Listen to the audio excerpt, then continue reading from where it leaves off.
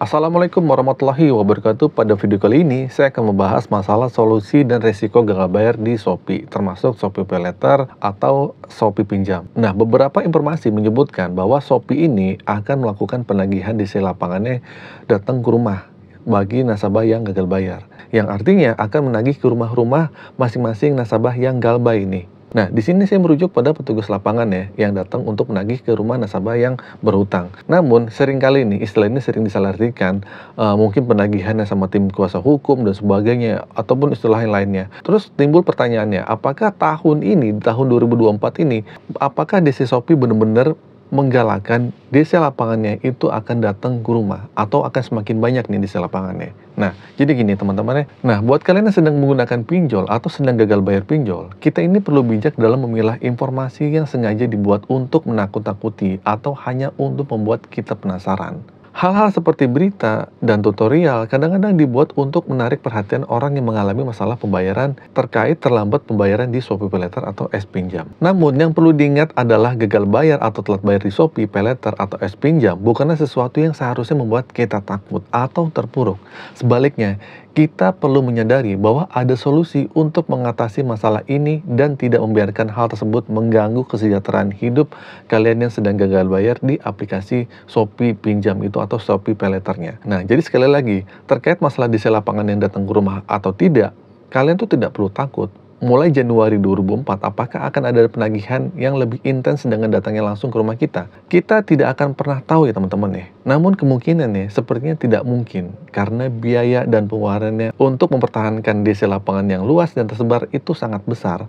Hal ini tentu harus dipertimbangkan oleh setiap perusahaan pinjolnya atau pinjaman online-nya. Nah, kita tahu bahwa Shopee ini sebagai perusahaan e-commerce yang memiliki proses bisnis utama yang tidak berfokus pada pinjaman doang. Nah, berbeda dengan perusahaan seperti Akulaku atau Kredivo yang inti bisnisnya adalah pinjaman dan pendanaan. Nah, oleh karena itu, perusahaan semacam itu seharusnya memiliki jaringan penagihan yang luas, karena itulah inti bisnis mereka. Jadi, meskipun Shopee adalah perusahaan besar, itu tidak berarti mereka secara otomatis akan mengeluarkan dana besar untuk masalah penagihan seperti itu. Sampai saat ini, proses penagihan yang sering kali terjadi di lapangan umumnya terbatas pada daerah tertentu kan, seperti mungkin Jawa Barat, Jawa Timur, Jawa Tengah, dan sekitarnya. Nah, informasi terbaru yang saya terima menyatakan bahwa penagihan di lapangan atau di lapangan Shopee hanya terfokus di beberapa wilayah saja. Walaupun di sini ada, tapi hanya terfokus di beberapa titik wilayah saja. Jadi tidak perlu khawatir karena ancaman-ancaman seperti tim lapangan yang datang ke rumah itu memang selalu ada. Namun kenyataannya seringkali terbatas pada beberapa wilayah tertentu. Cuman kita harus sadari ya bahwa mereka itu berupaya sekeras-kerasnya agar teman-teman bisa membayar hutangnya. Nah, ini adalah poin utama mereka. Mereka itu pihak pinjolnya. Jadi tidak perlu khawatir ya dan ragu atau takut terkait masalah gagal bayar seperti ini. Jadi teman-teman ingat ya untuk tetap tenang dan mempertahankan ketenangan hati kalian.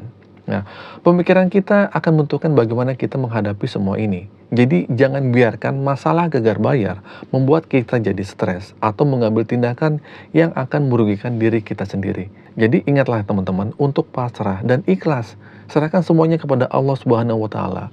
Kalian tuh terus berdoa aja karena masalah ini insya Allah akan segera terselesaikan. Buat kalian yang sedang gagal bayar Shopee Pinjam atau Shopee Paylater, tetap tenang aja. Bagi yang beragama Islam, tingkatkan ibadah seperti sholat tahajud, sholat duha, dan amalan-amalan lainnya yang mungkin rezekinya sedang terkendala saat ini bisa diperlancarkan di kemudian hari. Dan kita semua bisa melunasi hutang-hutang pinjaman online tersebut. Amin ya Rabbal Alamin. Jadi buat teman-teman di tahun 2024 ini tetap semangat dan jangan sampai menyerah ya.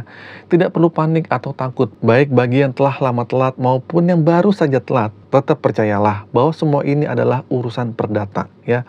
Urusan hutang adalah urusan perdata dan aturannya yang berlaku akan menjelaskan risiko-risiko yang langkah yang harus diambil dalam tindakan menghadapinya.